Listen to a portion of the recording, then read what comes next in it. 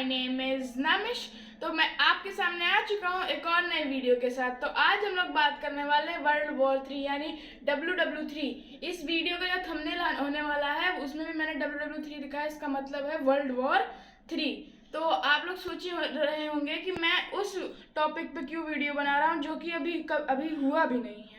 तो मैं इसलिए वीडियो बना रहा हूँ क्योंकि जो पूरा वर्ल्ड है जो है कह सकते हैं, ये भी कह सकते हैं कि अमेरिका की वजह से पूरा वर्ल्ड वॉर 3 में पड़ने वाला है। क्योंकि हर तरीके से अमेरिका ने जो है ये ठान ली है कि अब तो मुझे अपने जो है पूरी दुनिया को अपनी मुट्ठी में करना है।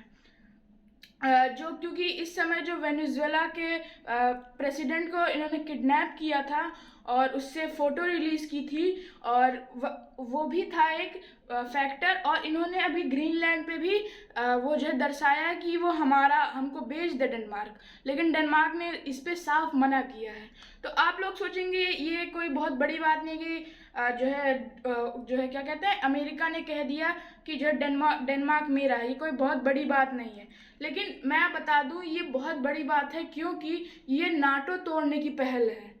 क्योंकि नाटो में डेनमार्क भी आता है और जो है अमेरिका ने ये उसमें एक कॉन्ट्रैक्ट में ये भी लिखा है कि जो भी किसी भी इन नाटो 31 देशों में किसी के ऊपर भी हमला होगा तो ये सारे मिल के उसे मारेंगे, ये था। लेकिन अब जब नाटो में टूट सकता है तो ये सब हमारे जो है वर्ल्ड में चल रहा है। तो हाँ, अब एक एक चीज़ें को डिटेल में पढ़ते हैं।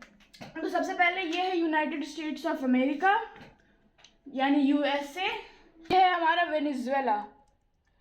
तो 1 जनवरी को अटैक हुआ था वेनेजुएला के ऊपर, जो कि सबसे पहले जो अटैक किया था अमेरिका ने, उसने एयरक्राफ्ट से अटैक किया था। यानी मतलब उसने हवाई हमला किया था, एयर हमला किया था।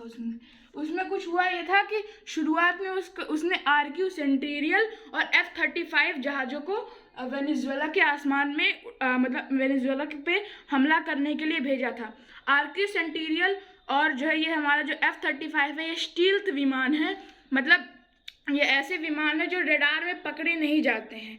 ये बहुत मतलब ऐसे विमान है जो रडार में पकड़े नहीं जाते हैं, तो इसलिए जो वेनेजुएला के रडार हैं वो इनको नहीं पकड़ पाए। उसके बाद इन्होंने लॉन्च किया ग्राउलर जहाज़। मैं बता रहा हूँ आप लोग को, ग्राउलर जहाज़ बहुत ही खतरनाक एक जहाज़ है। तो ये हुआ, ग्राउलर जहाज़ ने फेक सिग्नल भेजने से चालू किए कि जो है वेनेजुएला के रेडार्स पे कि जो है जैसे कि यहाँ पे, अब मैं इधर एग्जांपल दे रहा हूँ, जैसे कि यहाँ पे कोई भी विमान होगा तो फेक सिग्नल भेज के उसने कहा कि यहाँ पे भी विमान है एक। तो उसने दो दो विमान को ऐसे ही दर्शाया, फेक सिग्नल भेजने शुरू किए। तो उसको वेनेजुएला को अचानक से लगा इतने सारे जो जहाज हैं, ये लड़ाकू जहाज अचानक से हमारे आसमान पे कैसे आ गए। तो उसने फ्रीक्वेंसी हाई कर दी ये जानने के लिए कि ये सही में असली सिग्नल्स थे कि फेक सिग्नल्स थे। तो हुआ ये कि ग्राउलर जहाज इसी का इंतज़ार कर रहा था और उसने अपनी AGM मिसाइल को लॉन्च कर दिया। और AGM मिसाइल, इसे रडार किलिंग मिसाइल कहा जाता है, क्योंकि जहाँ से भी हाई फ्रीक्वेंसी आती है ये फट करके उधर जाता है और उस रडार को उसने उड़ा दिया। यानी वेनेजुएला के 9 सेकंड में उसने 12 रडार उड़ा दिए। उस AGM मिसाइल ने उसने 9 सेकंड में 12 रडार उड़ा दिए, जो कि बहुत बड़ी बात है। एक बहुत बड़ा पहले ही डैमेज हो चुका था। और उसने फिर B-2 बॉम्बर और B-52 बॉम्बर को जो है अमेरिका मतलब वेनेजुएला पे भेज दिया और बस रही सही कसर उसने पूरी कर दी। और इस समय अब जो है वेनेजुएला के रडार्स को कुछ नहीं पता, उनके आम इंसानों को पता तक नहीं है कि हमारे देश पे हमला हो चुका है। और फिर जो है 1 जनवरी को ये था ये हुआ। उसके बाद उन्होंने ब्लैक हॉक ये हेलीकॉप्टर लॉन्च किया, उसके साथ ऑस्प्रे हेलीकॉप्टर और जहाज़ का एक मिश्रण है। यानी वो जब वो उड़ता है तब उसके पंख ऊपर रहते हैं, लेकिन वो समय के साथ साथ आगे आना शुरू कर देते हैं। ऑस्प्रे और ब्लैक हॉक और चिनूक हेलीकॉप्टर से उसने ये किया कि उसने कमांडो सप्लाई करना शुरू की। और मैं आपको एक और चीज़ बता दूं कि जो अमेरिका था उसने उपसेनापति, यानी जो उपसेनापति थे उसके आर्मी के, या फिर कह लीजिए प्रेसिडेंट के, उसको उसने पहले अपनी तरफ कर लिया था। और उसको बहुत सारे दिए कि तुम अमेरिका में सेटल हो जाओगे, तुम्हारा मतलब तुम्हारा नाम बदल दिया जाएगा, तुम्हें अच्छा सा मेंशन दे दिया जाएगा। तो ऐसे उसे उन्होंने लुभाया और उसने मान लिया, और उसको फिर नाम भी दिया एक कार्डिनल, उसका नाम भी एक दिया कार्डिनल। और उसने सारी चीज़ें बताई कि प्रेसिडेंट का ये ऐसा है, ये ऐसा है, राष्ट्रपति का ये कितनी मोटी दीवार है उसकी, कैसे उसको तोड़ना चाहिए, कितने बजे उठते हैं, कितने बजे सोते हैं, ये सारी जानकारी उसने अमेरिका तक पहुंचाई। और उसके फिर कमांडोज ने, वो इतना तैयार थे कि उनको पता था कि मोटी एक लोहे की दीवार है जो यहाँ प्रेसिडेंट को सपोर्ट करती है, तो उन्होंने लेज़र गन भी लाई थी अपने साथ, और ऐसी डिवाइसेस भी लाई थी जो दीवार के आर पार भी देख सकती हैं। तो ऐसे डिवाइसेस का यूज़ करके उसने प्राइम प्रेसिडेंट को उठाया और अपने साथ ले गया। उसके बाद एक फ़ोटो उसने 3 जनवरी को रिलीज़ की कि वेनेजुएला के प्रेसिडेंट किडनैप हो चुके हैं। अब और फिर उसने फिर डोनाल्ड ट्रंप ने अपने आप को वहाँ का कार्यकाली राष्ट्रपति घोषित कर दिया। तो ये चीज़ें थी। अब आप देख सकते हैं कि ये तो बात हो गई वेनेजुएला की। अब हमारा ये देख सकते हैं कि वेनेजुएला का सारे जो सैटेलाइट्स थे स्टारलिंक कंपनी के थे, और स्टारलिंक कंपनी इलॉन मस्क की कंपनी है, और इलॉन मस्क ने भी साथ दिया डोनाल्ड ट्रंप का, और स्टारलिंक कंपनी के सारे सैटेलाइट उसको डेटा देना बंद कर गए। और इनके जो कंप्यूटर्स थे वो माइक्रोसॉफ्ट पे चलते थे, तो माइक्रोसॉफ्ट ने उनको एक अपडेट के बहाने एक वायरस भेज दिया, जिससे जैसे ही उन्होंने उसको डाउनलोड किया पूरा सिस्टम ठप पड़ गया, और उनको कुछ नहीं पता कि क्या हो रहा है हमारे देश में। वो बस आसमान में सिर्फ फाइटर जेट देख सकते थे, और ये कुछ नहीं होता। और ऐसा मतलब वो वेनेजुएला को लड़ाई करने का मौका तक नहीं मिला। अगर इतना अचानक से हमला ना होता तो हो सकता था कि वेनेजुएला लड़ाई करता, जैसे कि यूक्रेन लड़ाई कर रहा है रशिया से, और उसकी मदद भी करते। और अब हुआ ये कि जो है अमेरिका जिनने जो है एक रशिया के पेट्रोल वाले शिप को भी, पेट्रोल पहुंचाने वाले शिप को भी अपने जब्त कर लिया उसको भी। और बात ये है कि जो वेनेजुएला के पास सुखोई वाले जो सुखोई सीरीज़ के विमान थे, और अब अमेरिका उसको जाके टेस्ट करेगा, वो भारत के पास भी है, कि मतलब उसके फॉल्ट पॉइंट कहाँ है, मतलब वो कहाँ से क्या क्या चीज़ें उसमें कमी है, जैसे कितने डिग्री नहीं मुड़ सकता है, ये सब चीज़ें टेस्ट करेगा। और ये अमेरिका के लिए एक बहुत बड़ा जो है क्या कह सकते हैं एडवांटेज उसको मिल गया है। तो ये चीज़ें हैं। और अब हाल ही में ग्रीनलैंड के ऊपर भी उसने अपना हमें ग्रीनलैंड दे दे, तो डेनमार्क ने साफ साफ मना कर दिया है कि हम ग्रीनलैंड किसी को भी नहीं बेचेंगे। तो आप सोचेंगे एक बड़ा सा बर्फ का टुकड़ा ही तो है, इसमें क्या खास बात है। लेकिन मैं बता दूं आपको, ग्रीनलैंड में ऐसे ऐसे खनिज पाए जाते हैं जो कि दूसरी दुनिया में, मतलब हमारी पूरी दुनिया में मिलना बहुत ही मुश्किल है। बहुत अच्छे और बहुत रेयर खनिज पाए जाते हैं। और अब अमेरिका क्या कह रहा है कि वेनेजुएला को उसने इसलिए मारा कि वहाँ पे उनके लोगों पे उनका जो है राष्ट्रपति जो है वो जुल्म ढा रहा था। लेकिन मैं आपको असली बात बताऊं तो यहाँ पे वेनेजुएला के पास सबसे बड़ा ऑयल रिजर्व है, यानी जितना भी तेल, सबसे ज़्यादा तेल उसी के वेनेजुएला के पास है। लेकिन उसमें थोड़ा इम्प्योरिटी ज़्यादा होती है, यानी अशुद्ध ज़्यादा होता है उसका तेल, तो उसको निकालना महंगा रहता है। लेकिन अमेरिका के पास तो वैसे भी पैसा है, तो इसने इसीलिए कहा।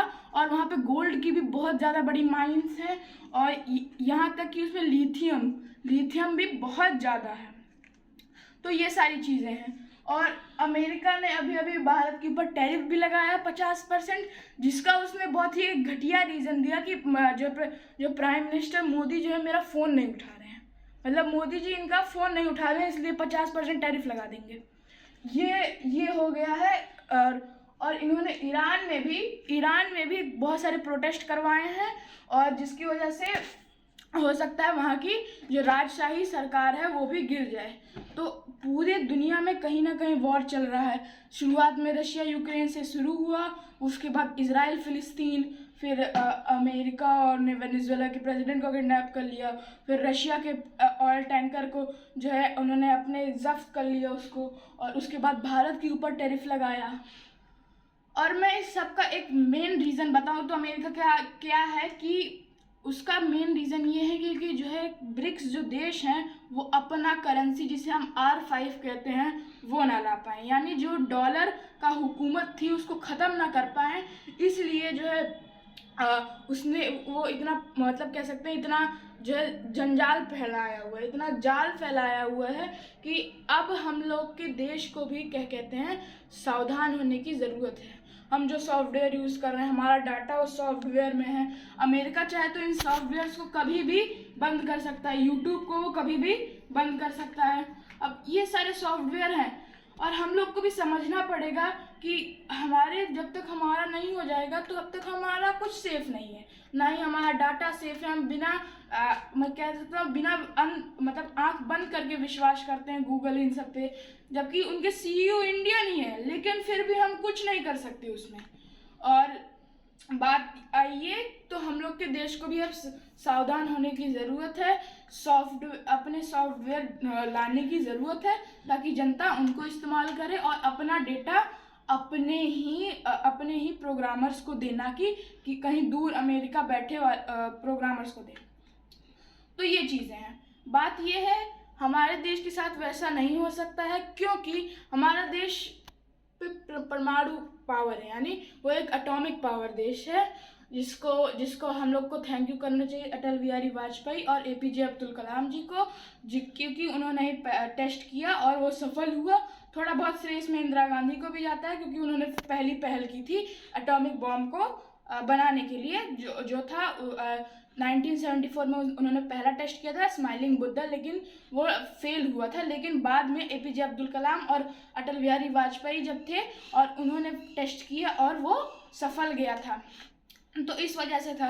और हमारे PM की जो सिक्योरिटी है वो 3rd स्ट्रॉन्गेस्ट सिक्योरिटी है, तो हमारे साथ तो पूरे वर्ल्ड में 3rd स्ट्रॉन्गेस्ट सिक्योरिटी है और वो हमारे पास एक एडवांटेज है।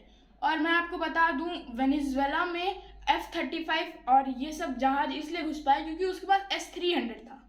S-300 एक S-400 का प्रीवियस वर्जन है जो था, उसके पास S-300 F-16 को मार गिरा सकता है, क्योंकि F-16 भी एक स्टिल जहाज हुआ करता था बहुत पहले के समय पे, मतलब ज़्यादा पहले नहीं 10-20 साल पहले वो एक अच्छा स्टिल्थ विमान हम उसको कह सकते थे। लेकिन अब वो S-300 जब आया था तो वो उसको पकड़ सकते थे, लेकिन S-400 जो F-35 को भी पकड़ सकता है, जो एक और स्टिल्थ विमान है आज की सदी का, उसको भी पकड़ सकता है। लेकिन उसके पास वेनेजुएला के पास नहीं था, ये भारत के पास है। तो ये सारी चीज़ें हमारे पास एडवांटेज है।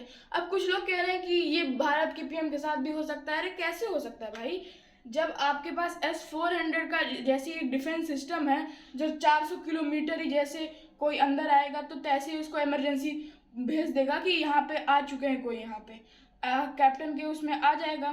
फिर जैसे ही वो 300 किलोमीटर आएगा कैप्टन के कैबिन में पूरा सायरन बज जाएगा, और उसके बाद जब 200 किलोमीटर आएगा तो वो सीधा रिपोर्ट भेज देगा मॉस्को कि कुछ किए नहीं है अभी तक, या फिर जो देश के वो लोग इस्तेमाल कर रहे हैं जिस प्रोग्रामर उसको भेज देगा और कहेगा कि अब मैं 400 किलोमीटर से इनको संदेश दे रहा हूँ लेकिन ये फिर भी अभी तक कुछ नहीं किए। और फिर जैसे ही वो कोई भी चीज़ 100 किलोमीटर के अंदर आएगी तो फिर कहेगा कि जाओ हम तुम्हारे ऑर्डर की दिक्कतें नहीं है, वो खुद मार देगा।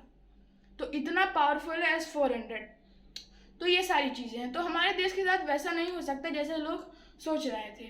और मैं आप लोग का शुक्रिया अदा भी करना चाहूँगा क्योंकि आप लोगों ने जब से मैंने ये चैनल बनाया है मैं इस पर एक्टिव नहीं रह पाया। मैंने इस पर एक वीडियो भी बनाई थी, एक शॉर्ट वीडियो भी बनाई थी, लेकिन आप सभी सब्सक्राइबर्स का मैं दिल से धन्यवाद करना चाहूँगा कि आपने मुझे इतना सपोर्ट दिया ताकि मैं अपनी वीडियोस कंटिन्यूअसली बना सकूँ, और मैं आपको ऐसे ही नॉलेज देता रहूँगा। और अब हम मिलेंगे अगली वीडियो में, तब तक के लिए गुड बाय एंड नमस्कार।